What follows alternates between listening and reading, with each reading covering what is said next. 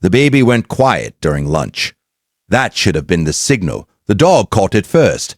Everything looked normal at 12:17 p.m. on a Thursday. Maren Wolf, 31, was standing at the kitchen counter making her own lunch while her daughter Bay, 13 months old, the kind of determined eater who holds pieces of food with both fists and looks at you while chewing as if daring you to take it away, sat in a high chair 8 feet away working through soft-cooked sweet potato squares. Maren had her back half turned.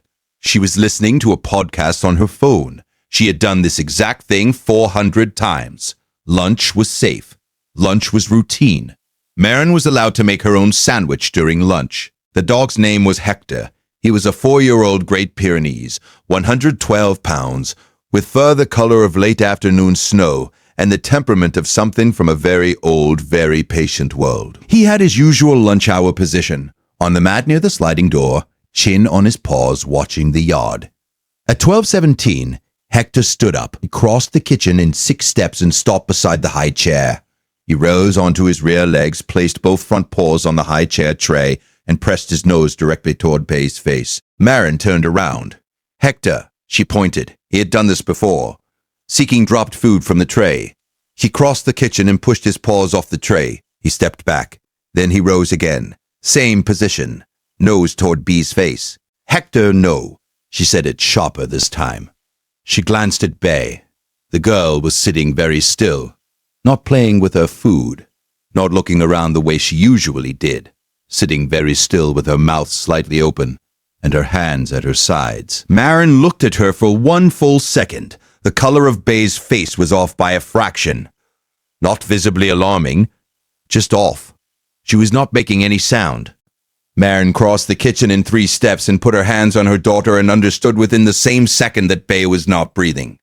Her face was warm. Her eyes were open and tracking, and she was not distressed, which was the wrong kind of calm, the calm of a body that has not yet alarmed itself, that is still processing what has happened to it. Maren performed infant first aid, the technique she had learned from a 30-minute class before Bay was born, the class she had half thought she would never use. 3 back blows. The object, a piece of sweet potato the size of a thumbnail, dislodged on the second. B inhaled. Then she cried.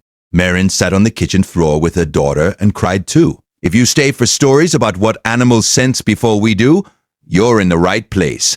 Subscribe so you don't miss the next one. She called her husband, then her pediatrician.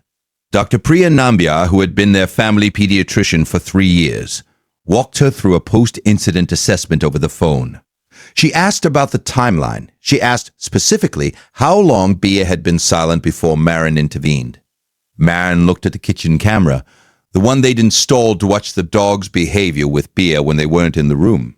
The footage showed Hector standing and crossing to the high chair at 12 hours, 17 minutes, and 43 seconds. Maren's back was to the room at 12 hours, 17 minutes, and 31 seconds. The gap. 12 seconds.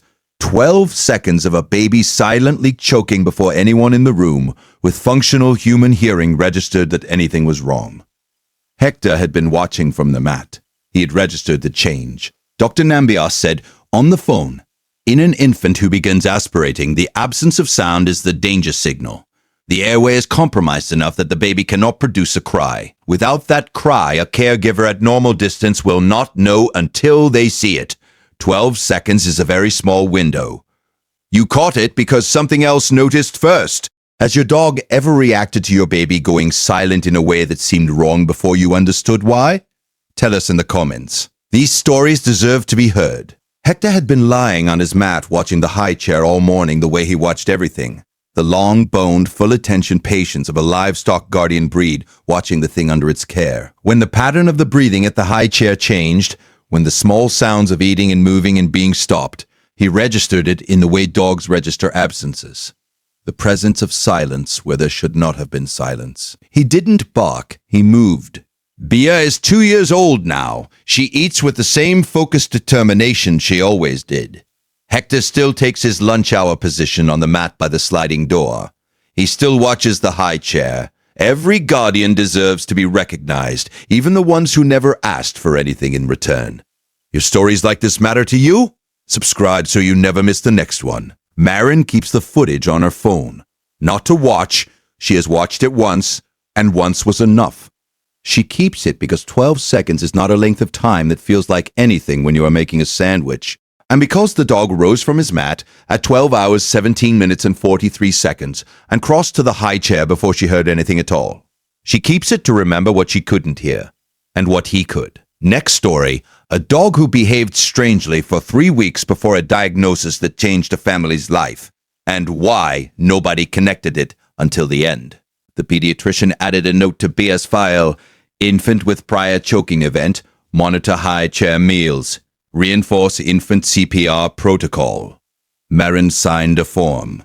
She did the required CPR refresher. She bought a baby-specific version of the Heimlich chart and laminated it and taped it inside a kitchen cabinet. She also moved Hector's mat 3 feet closer to the high chair. Her husband asked about it. She told him about the footage, about the 12 seconds, about the way Hector had been on his feet before she had processed the silence. He watched the footage once. He did not watch it again. The mat stayed where Marin put it. Bear is 2.5 now. She eats with the same total commitment she always has. Both hands, maximum engagement, no food left behind. Hector monitors from the mat during every meal, not with the forward alert posture of that Thursday. Just present, just tracking, the way a good guardian tracks without making every moment a crisis. He rises on occasion and crosses to the chair and stands and looks at Bay's face. Marin waits. Usually, Bay finishes chewing, looks at him and laughs. Once, 6 months after the Thursday, he rose and crossed and stood, and Marin set down her sandwich and watched. And B's face shifted in the small specific way that told Marin something was not quite right. She reached into the high chair and cleared the food from her daughter's mouth before it became anything. The mat stays where it is.